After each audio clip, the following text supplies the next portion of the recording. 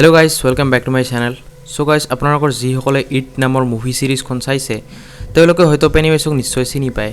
কিন্তু মুভিবোৰত পেনিৱাইছৰ বিষয়ে ভালদৰে বৰ্ণনা কৰা নাই যেনে হি কৰ পৰা আহিছিল হি ক'ত লুকাই থাকে আৰু হি 27 ইয়াৰ্ছ পিছতহে মানুহক কিয় দেখা দিয়ে সো আজিৰ এই ভিডিঅ'টোত মই আপোনালোকক সকলোকে এনে ধৰণৰ বহুতো প্ৰশ্নৰ উত্তৰ দি পেনিৱাইছৰ সম্পূৰ্ণ অতীত বৰ্ণনা কৰিম সো লেটস গেট ষ্টাৰ্টেড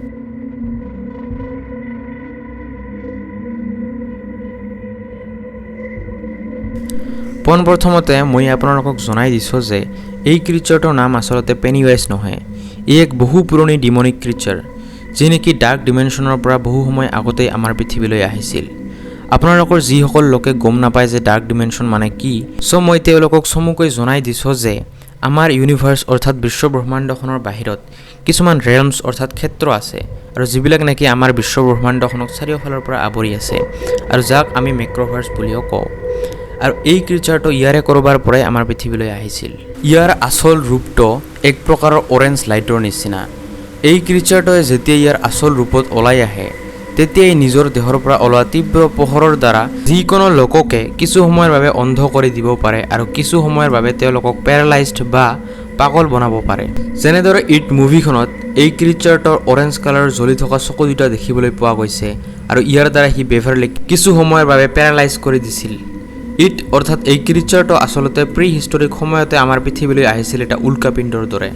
হয় আকাশৰ পৰা যেনেদৰে উল্কাপিণ্ড পৃথিৱীলৈ নামি আহে ঠিক তেনেদৰে এই ক্ৰিচাৰটো আমাৰ পৃথিৱীলৈ আহিছিল আৰু যিখন ঠাইত তেওঁ আহি পৰিছিল সেই ঠাইখনত এটা ডাঙৰ ধামাকা হৈছিল আৰু সেই ঠাইখনে পিছলৈ গৈ ডেৰি মেইন নামৰ এখন চহৰ হয় আৰু মুভিত দেখুওৱা মতে এই চহৰখনতে সেই ল'ৰা ছোৱালীসকল বাস কৰিছিল এই দানৱটোৱে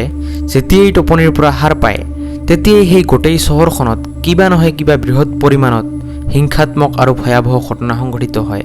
আৰু এই দানৱটো আকৌ শুবলৈ যোৱাৰ আগে আগে এনে ধৰণৰ বৃহৎ পৰিমাণৰ ভয়াৱহ আৰু হিংসাত্মক ঘটনা সংঘটিত হৈছিল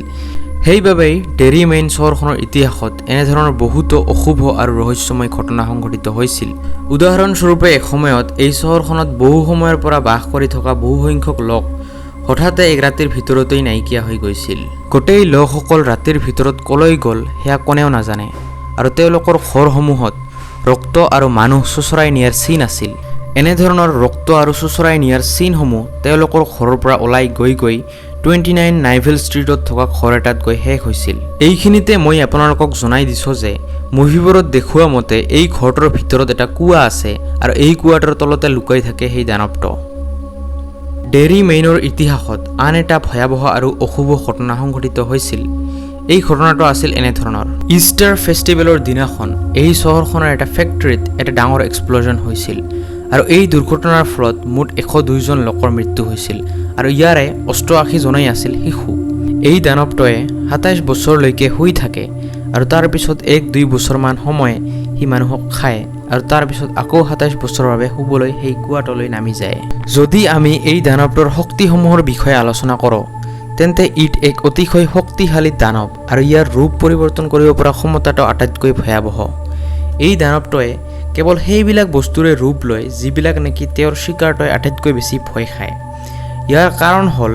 এই দানৱটোৱে ভয় খাই থকা মানুহক খাই বৰ ভাল পায় আৰু তেওঁৰ শিকাৰবোৰক ভয় খোৱাৰ এই প্ৰক্ৰিয়াটোক তেওঁ সল্টিং দ্য মিট বুলি কয় অৰ্থাৎ মাংসত নিমখ সনা বহুতো লোকৰ মতে পেনিৱাইজ নামৰ জোকাৰ ৰূপটো এই দানৱটোৰ আটাইতকৈ ফেভাৰিট ৰূপ আৰু এই ৰূপটোতে সি বেছি সময় থাকি ভাল পায় আৰু এই ৰূপ ধাৰণ কৰি সি সৰু ল'ৰা ছোৱালীবোৰক তাৰ প্ৰতি আকৰ্ষিত কৰে আৰু তেওঁলোকক বিভিন্ন প্ৰকাৰে আতংকিত কৰে আৰু তাৰ পিছত তেওঁলোকক খাই পেলায় এই দানৱটোৱে সেইবিলাক মানুহৰ ওপৰত আক্ৰমণ কৰে যিবিলাক নেকি বহুত ভয়াতুৰ প্ৰকৃতিৰ এইটোৱে হয়তো কাৰণ যাৰ ফলত নেকি এই দানৱটোৱে বেছি পৰিমাণে সৰু ল'ৰা ছোৱালীবোৰক শিকাৰ কৰে কাৰণ সৰু ল'ৰা ছোৱালীবোৰ ডাঙৰৰ তুলনাত বেছি পৰিমাণে ভয় খায় এই দানৱটোৱে তাৰ শিকাৰবোৰক অপটিকেল ইলিউজনো দেখুৱাব পাৰে মুভিবোৰত আমাক এই বিষয়ে দেখুওৱা হৈছে উদাহৰণস্বৰূপে এই দানৱটোৱে সৰু ল'ৰা ছোৱালীক আক্ৰমণ কৰাৰ আগে আগে তেওঁলোকক কিছুমান ৰঙা বেলুন দেখুৱায়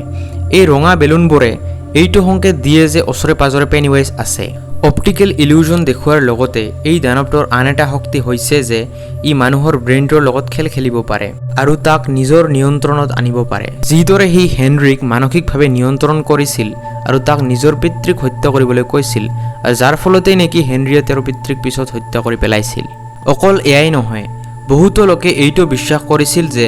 হয়তো এই দানৱটোৱে ডেৰী মেইন চহৰখনৰ প্ৰায় সকলোবোৰ ডাঙৰ প্ৰশাসনীয় লিডাৰসকলক কিছু পৰিমাণে নিজৰ নিয়ন্ত্ৰণত ৰাখিছিল, যাৰ বাবেই নেকি চহৰখনত দৈনন্দিন সন্ধানহীন হৈ থকা শিশুসকলক লৈ কোনো প্ৰশাসনীয় লিডাৰে কোনো ধৰণৰ প্ৰশ্ন উত্থাপন কৰা নাছিল আৰু তেওঁলোক সকলোৱে নিজৰ জীৱন বহুত ভয়ত কটাই আছিল।